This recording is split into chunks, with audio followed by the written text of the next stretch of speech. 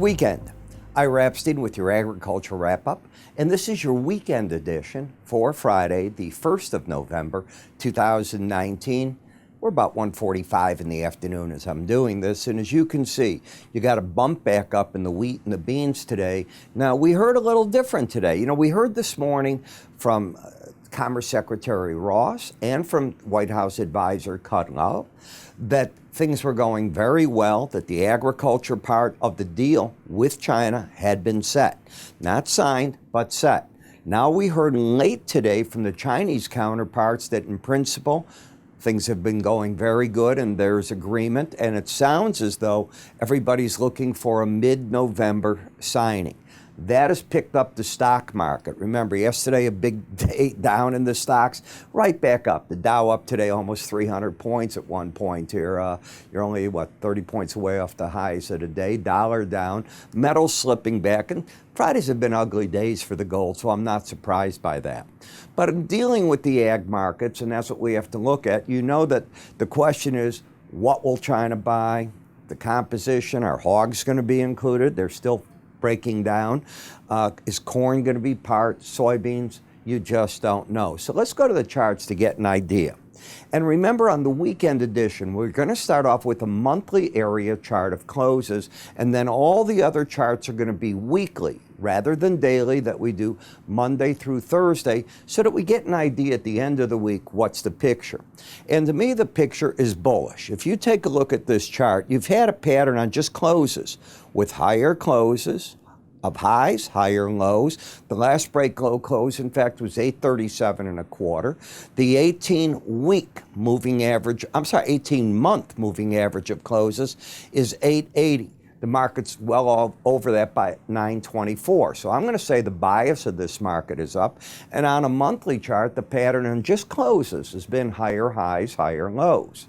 When we come to a weekly chart with no studies on it at all, we made a big breakthrough here, came back up, and have ratcheted through this level of resistance, and now we're pushing into the 940 level.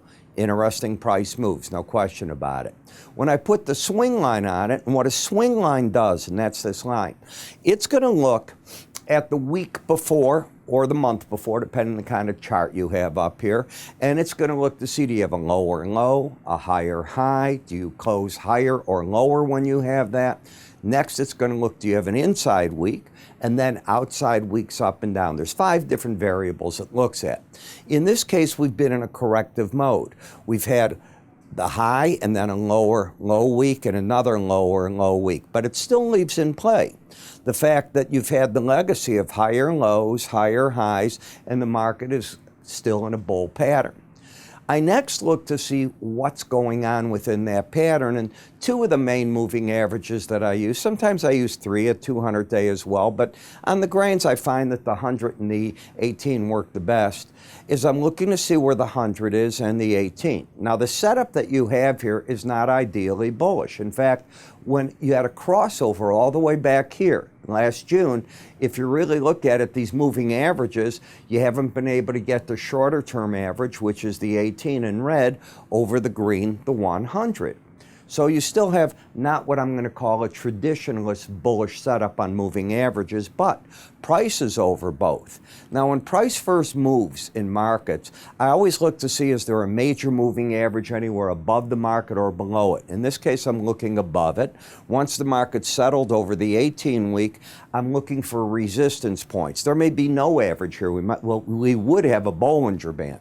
But since I have one, 916 might be that resistance, and notice how the market went to that general zone. Now, once you hit it, it's like a kid in your backyard. Once you hit it, you knocked it down. So you can keep playing at it, but that resistance is gone. Market moved up. On the way down, what was resistance is sometimes, not always, but sometimes support. And this week, that seems to be what we did. The next study I put on while leaving these are Bollinger Bands. The black dashed line are the Bollinger Band. It's a very popular algorithm designed to keep the market trading within it 95% of the time. So what I teach in my charting course, and if you want to know more about the charting course, when you go to our website, all you need to do is go under the word education. It explains everything, and you learn these techniques, is the first time you hit it is where I'm expecting to see resistance on the upside, support on the downside. And you can go back and play with this as often as you want. Nothing is always the same.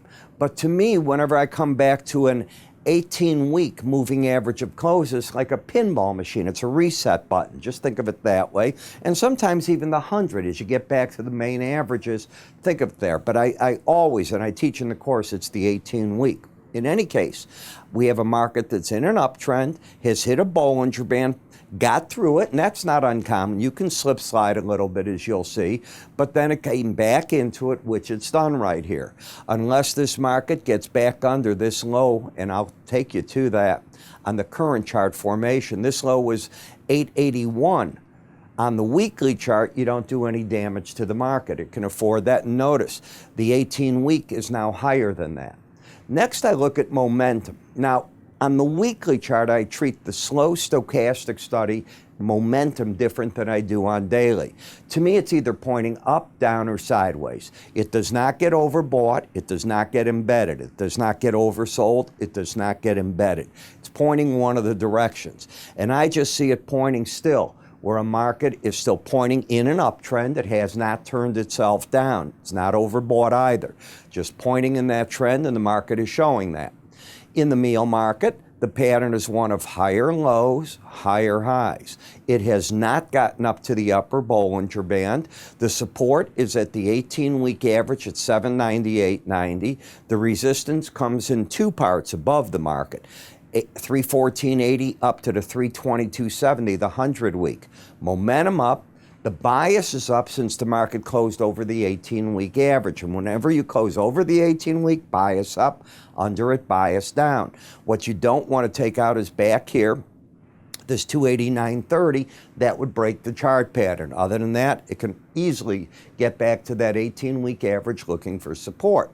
What I think happened in the soy oil is if you look at today's settlement at 31.03, you're fighting a battle right at the upper Bollinger Band. Now, if we come back in time here, and I always like to do this part, if we look at the settlement here, it was 29.79. It was over the upper Bollinger Band for the first week there.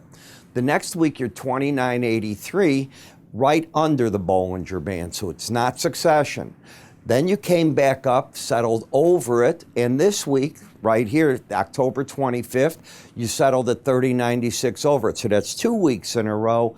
And with this week, you settled 31.03 over the band again.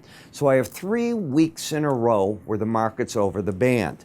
5% of the time, the market trades above or below the band on succession. Not trade, I should say settle.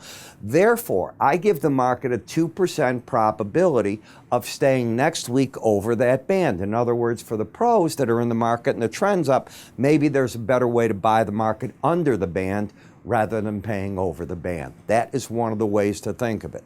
I do think the pros came out of the market here, and then once you went back to the band and you started pushing on it, it just stayed in place with the momentum at that point. You'd have to go look on the daily chart, see if you embed it.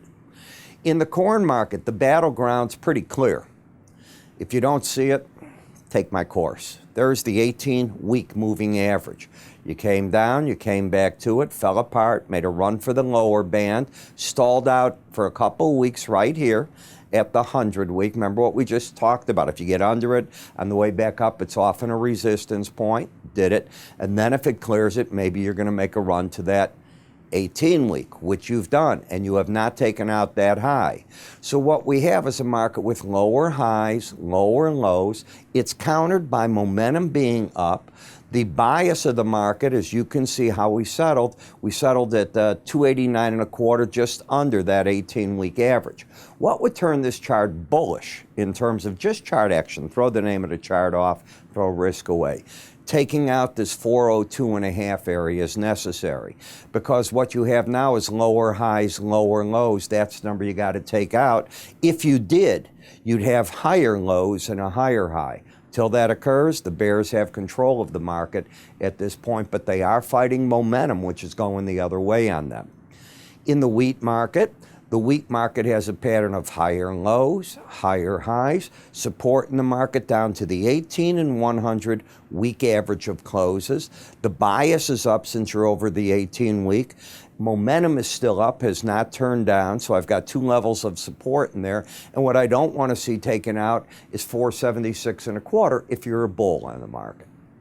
In the cocoa market, I have tried my darn best to point out on the daily charts, this is a whipsaw right now as traders are trying to understand the new fees that they have to pay into Ghana and the Ivory Coast for cocoa farmers. That's away from the price of cocoa, and they're trying to figure that. Since this has come into being, you've been whipping aside here. You've got a higher high, lower low, no trend. You've got a bias that's up and momentum that's still up in the market, however. In the sugar market, we still have a pattern now. In fact, you confirmed it, of higher lows, higher highs. Now, because so far you haven't taken out this previous high, what you have is a market that could also, and you always pay attention, if you were to take out this low that we made last week, which is 1205, and close under 1182, you'd get a bearish signal. You don't have that. You have a bullish signal right now. The first layer, you got over the 100-week average, pulled back, and you've been fighting at it. If you're going to go down to that 18-week average, you're going to lose the buy signal in the market. You'll have lower high, lower low. Very important to keep in the back of your mind. The bulls have to support the market right here, in my opinion, without getting over 1205. Then if they can drive the market, 1295 is the target. Seasonals, by the way, and this start turning to the downside soon. In the coffee market, we ended this whole bear phase that we've had. Now, that doesn't mean it can't return, but it's not there now. This is a bullish market right now. You've got these higher lows. You've got higher highs. You're over the 18-week average. The bias is up. The momentum is pointing up. You have two layers of resistance above the market, 106.63 to 108.63. On the current chart pattern, you'd have to take 1220 out. Did I say 12? I'm wrong. I think it's 92.20. Yeah, it's 92.20 you'd have to take out. And even if you did a straight move down, you'd have a higher high, then a lower low. So at this point, I'm looking for the bulls to try to say they like the market at the 18-week average of closes. Cotton market, you're in a big resistance area. You can see it right here at the upper Bollinger Band. And I'll repeat what I said. I think the first time you hit a Bollinger Band, be it to the downside or the upside, I think that the pros are waiting, and they'll take the high percentages to take some money off the table. That doesn't mean you can't resume the uptrend. We see that in a number of markets where it happens. But more times than not, you start having a problem here, and that's what you're doing. You've also developed this sideways action. So momentum could be arcing down next week. We've got to be careful with that. You've lost the uptrend. You have a higher high, and with this week's low down to 63.81, you took out a previous low. I see a market in resistance and void of a trend. In the cattle market, uptrend still at work. Higher lows, higher highs. Beef prices are in good shape here.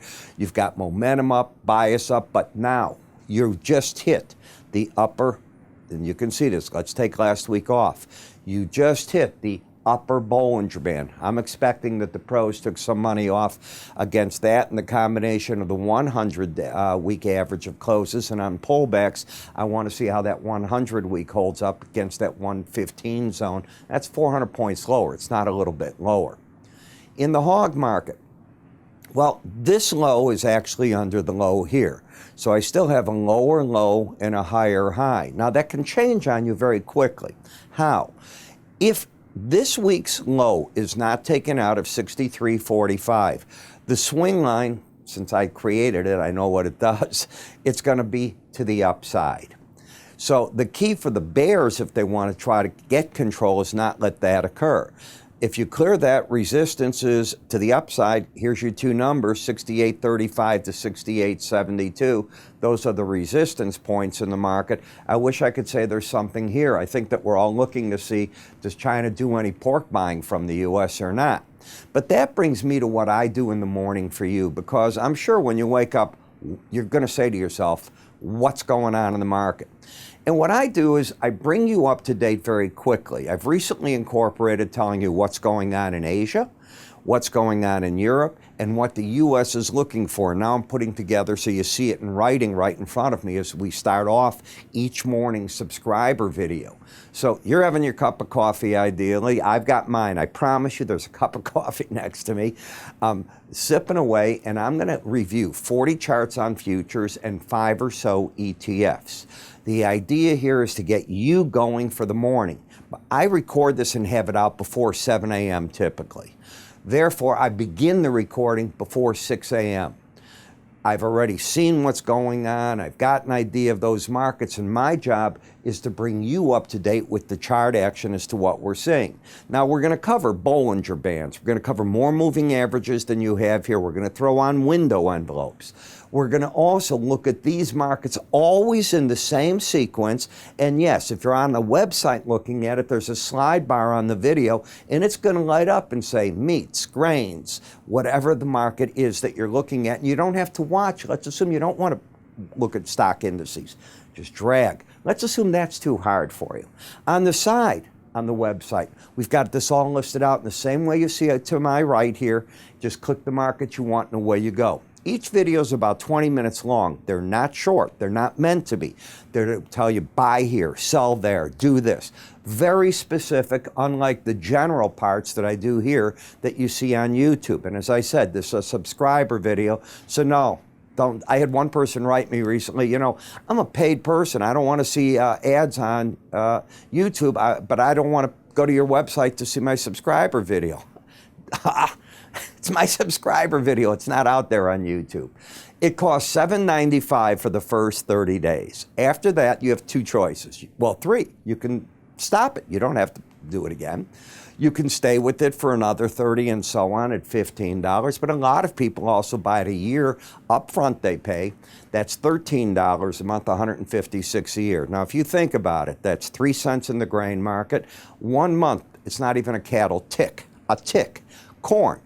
My charge for that is less than a corn tick. So if you'd like to see if this fits into your style, might be something you want to look at. At the very least, I think you're going to learn a lot about charting, and that's what this is about.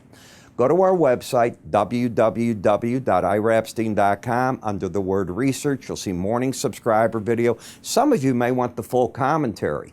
Now, when you get our research, you can also get the Linn research if you take our full commentary with that as well. I'm Ira Epstein. You have a good day, and I will talk to you all come Monday. Have a great weekend.